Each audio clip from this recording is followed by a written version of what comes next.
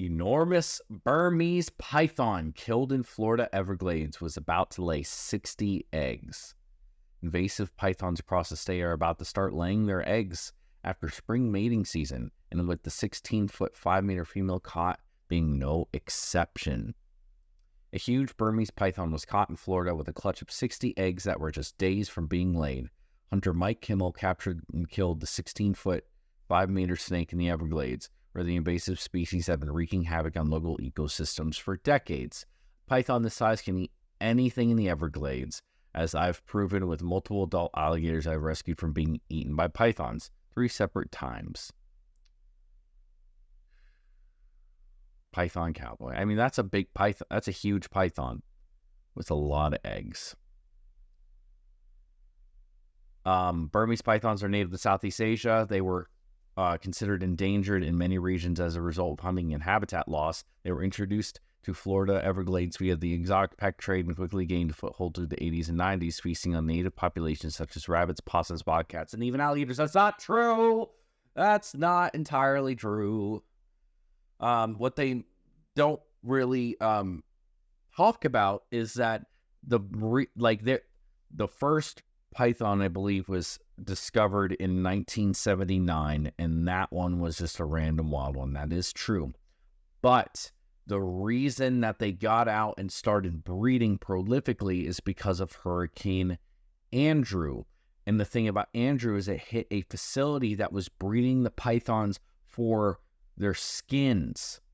It wasn't for pet trade. It was because they were making like boots and belts and stuff out of them. And they had like hundreds of them, and then also there was reticulated pythons, I believe, as well. And they got out as well. The reticulated pythons didn't do well, but the Burmese pythons did, and they escaped and they started going prolific. So they blame it on pet trade, but it really wasn't the pet trade anywhere near as much as it was other things. With that being said,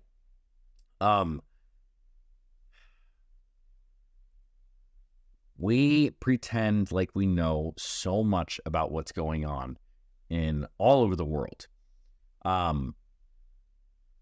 They say alligators are being eaten, alligators are being killed. Oh, the poor alligators.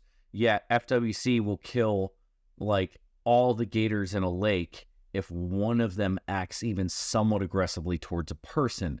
You don't care about the alligator numbers. You don't. You pretend like you do just because this brings you money. If you prop this up, I don't care what anyone has to say about this. This is how I feel about the situation. You prop anything else up. Anything. It doesn't matter. And let me start over because I'm just getting very angry.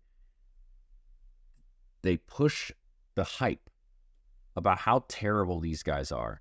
And they do this right before the python hunting challenge happens because they want to get people down here to pay the state money to be a part of this challenge, to act like they're doing something.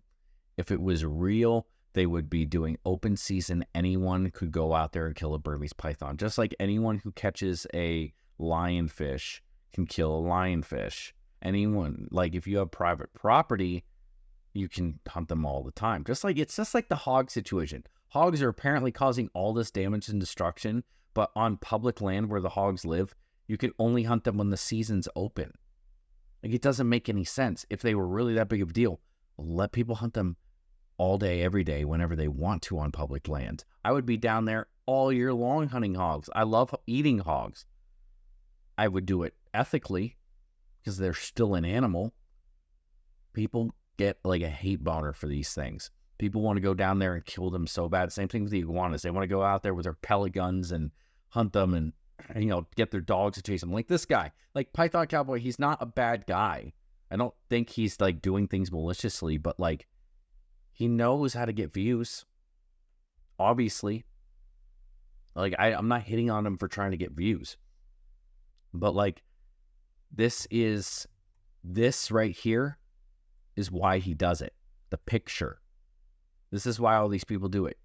I'm doing something. You're not really doing anything. The pythons don't get north of Lake Okeechobee, basically. Like maybe a few stragglers here and there. It's not like they're all over the state. They're just in the Everglades. And yeah, a big one like that might eat 2, 3 alligators a year.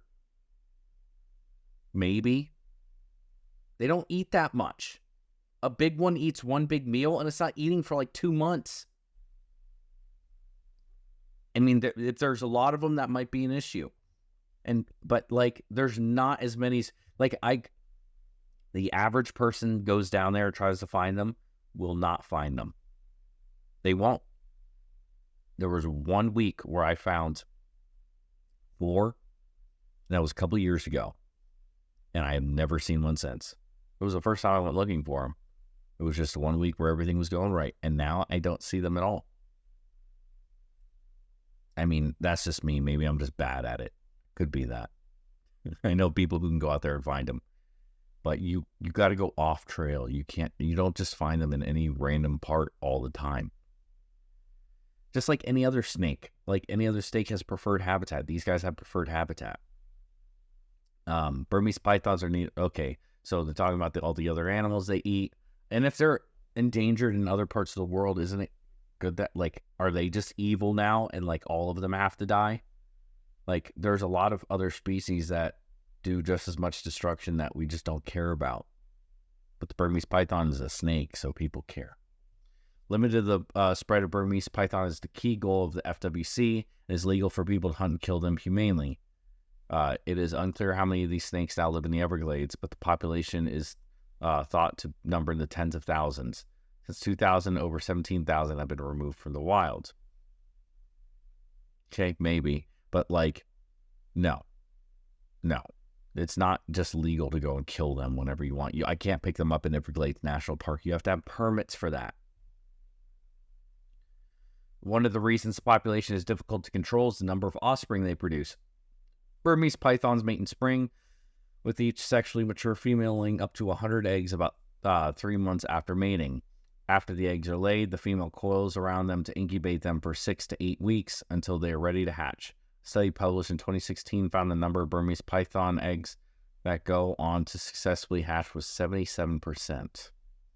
In 2022, researchers caught the biggest Burmese python ever caught in the Everglades, an 18-foot behemoth weighing 215 pounds and carrying 122 egg follicles, spherical structures that mature into eggs after fertilization.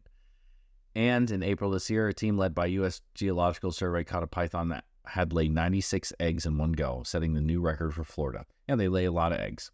Most of them don't survive to maturity. Like, think about how many eggs turtles lay.